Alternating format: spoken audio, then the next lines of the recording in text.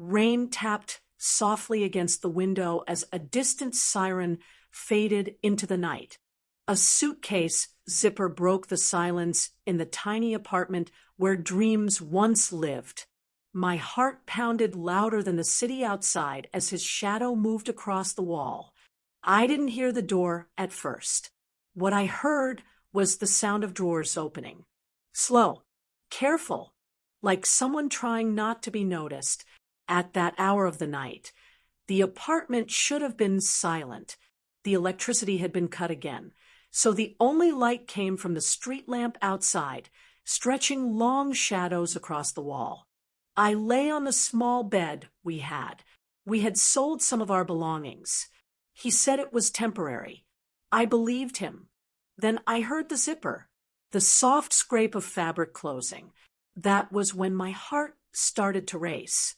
I sat up, and in the half-darkness, I saw him, my boyfriend of 4 years, the man I had built my life around, folding his clothes into a suitcase, not rushing, not panicking, moving like someone who had already made peace with leaving. For a few seconds, I couldn't speak. My throat felt locked. "Where are you going?" I finally asked. He froze, just for a moment. Then he slowly turned around. His face wasn't guilty. It wasn't nervous. It was tired. The kind of tired that comes when someone has already decided you are no longer part of their future. "I didn't want to wake you," he said quietly. I stood up, my feet touching the cold floor. "Why are you packing?" He was silent at first. Then he looked past me. Not at me. "I can't do this anymore." My chest tightened. "Do what?" "This life," he said. "This struggling. This counting coins. This hoping things will magically get better." I walked closer. We said we would get through it together. He gave a short breath, not a laugh, not a sigh. "Love doesn't pay rent." Those words landed heavier than a slap. "I've been trying for years," he continued. "Every month, it's the same story. No money, no progress. I'm tired." I felt heat rise behind my eyes. "We're just in a hard season," I whispered. "It won't always be like this." He finally looked at me then, and in his eyes, I saw something new. Detachment. "There's someone else." The room seemed to tilt. "What?" "She's stable," he said. "Her family is comfortable. She has connections. She doesn't live in survival mode." Each word felt chosen carefully. "She can help me move forward." I struggled to breathe. "So you're leaving me because she has money?" "I'm leaving because I want a future," he replied. I stared at the man I had loved since college, the man who once promised we would rise together. Was I ever enough? I asked. He didn't answer. He zipped the suitcase shut. That sound ended everything. For 3 years, I had carried us. When he lost his job, I worked double shifts. When the bills piled up, I sold my phone and used a borrowed one. When food ran low, I told him I wasn't hungry. I watched him eat while my stomach burned. I told myself love meant sacrifice.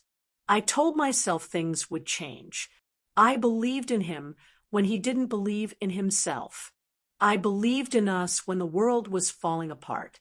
And now, in the quiet of a dark apartment we could no longer afford, he was choosing someone else. Because she was easier.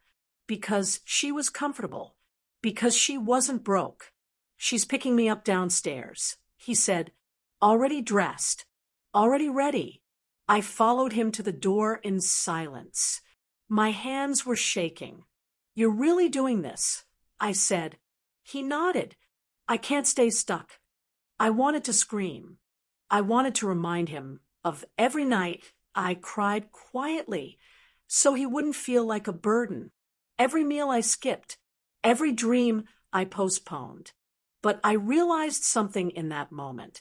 He had already rewritten our story in his mind.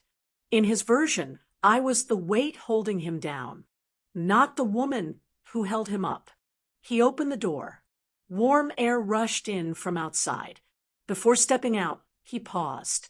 I hope you understand someday. I didn't answer, because understanding felt like betrayal to myself.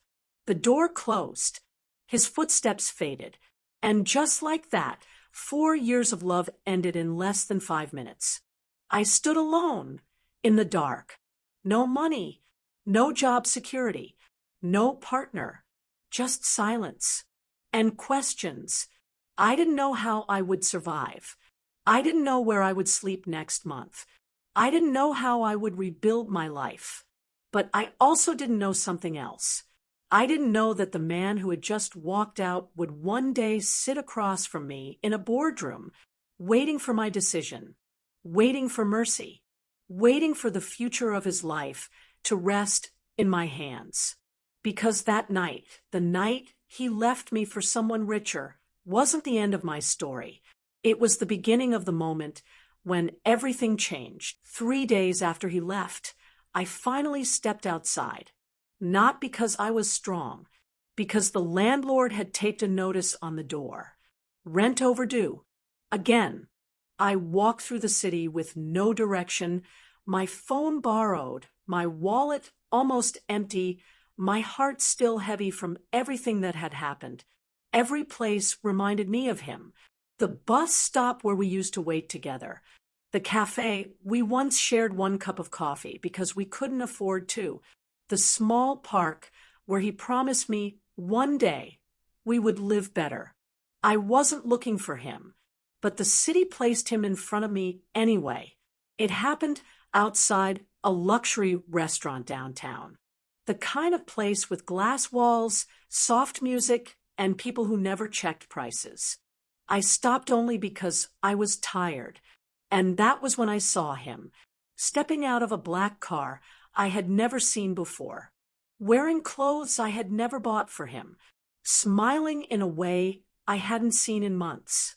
Beside him was a woman, tall, elegant, her hair styled perfectly. Her heels alone probably cost more than our rent. She held his arm like she owned him, and he let her. My chest tightened. I stood frozen on the sidewalk while they laughed. He leaned close to her ear. She smiled. Then she kissed his cheek. Right there, in public, the same lips that once promised me forever. People turned to look. Some recognized him. Old friends from school, former co-workers. And then he saw me. For a brief second, his face changed. Not shock, not guilt. Something closer to discomfort, but it passed quickly. He straightened and walked toward me, with her, like he had something to prove. This is her, he said casually, turning to the woman. My ex. The word ex sounded sharp, short, final. She looked me up and down slowly. My worn shoes, my faded clothes, my tired eyes. And she smiled, not kindly. So this is who you were with when you had nothing, she said. Her tone was soft, but the message was clear. He didn't correct her. He didn't defend me. He just stood there, silent. You look thinner, he said to me. Not concern. Observation. I've been busy, I replied quietly. The woman laughed lightly. Busy being broke, I guess. A few people nearby turned their heads. I felt heat rise to my face. He shifted uncomfortably, but still said nothing. She wrapped her arm tighter around his. You should see our apartment, she continued. Top floor, city view. You'd love it. Or maybe you've never been that high before. Her words landed like stones. I swallowed. Why are you doing this? I asked him softly. He sighed. This is what I mean. He said, drama, emotions, struggle. I'm done with all that. I stared at him, So love is nothing now. He met my eyes and said the words that would echo in my mind for years. Love doesn't pay bills. Silence followed. People were watching, listening, judging. I felt small, replaceable, invisible. She understands ambition, he added, nodding at the woman beside him. She pushes me to think bigger. The woman smiled proudly. I don't date men who are stuck, she said. I invest in potential. The word invest burned, as if he were a business project, not a human being, not a heart. I believed in your potential when nobody else did, I said quietly. He looked away. That was then. And now I need results. A friend from our old neighborhood walked past, paused, looked between us, and smiled awkwardly. Oh, she said slowly. So this is the upgrade. The woman laughed again. I wouldn't call it an upgrade, she said. More like a rescue. My chest tightened, so hard I thought I might faint. I nodded once, not because I accepted it, because I couldn't stand there anymore. I turned and walked away, every step heavy, every breath sharp. Behind me, I heard laughter, not his, hers.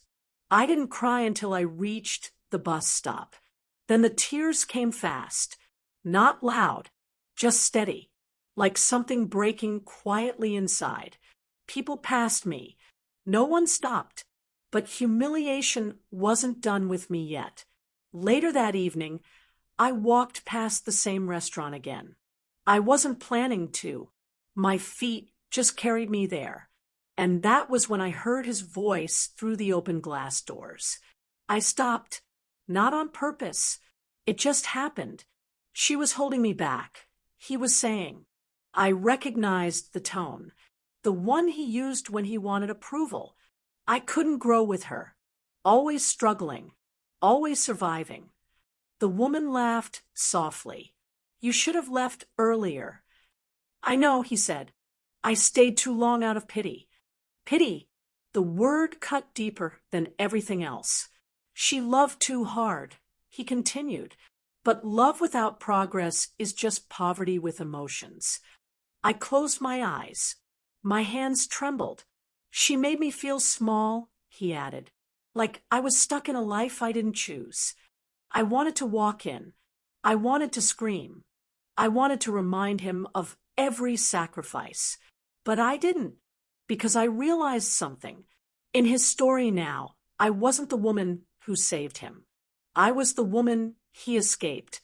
I stepped back quietly. The city noise swallowed my breathing. My chest hurt. My heart felt empty. But deep inside, beneath the pain, something else was forming. Not anger, not hatred, resolve. That night, as I lay on the cold mattress in the dark apartment, I stared at the ceiling. I replayed every word. Held me back. Pity. Love doesn't pay bills.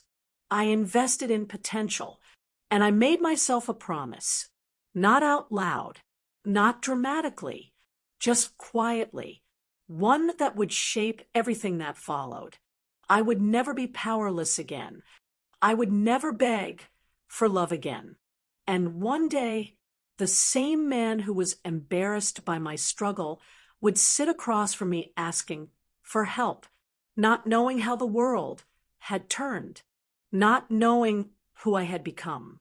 Because humiliation has a strange way of building strength, and heartbreak has a way of creating women the world can no longer ignore. To be continued.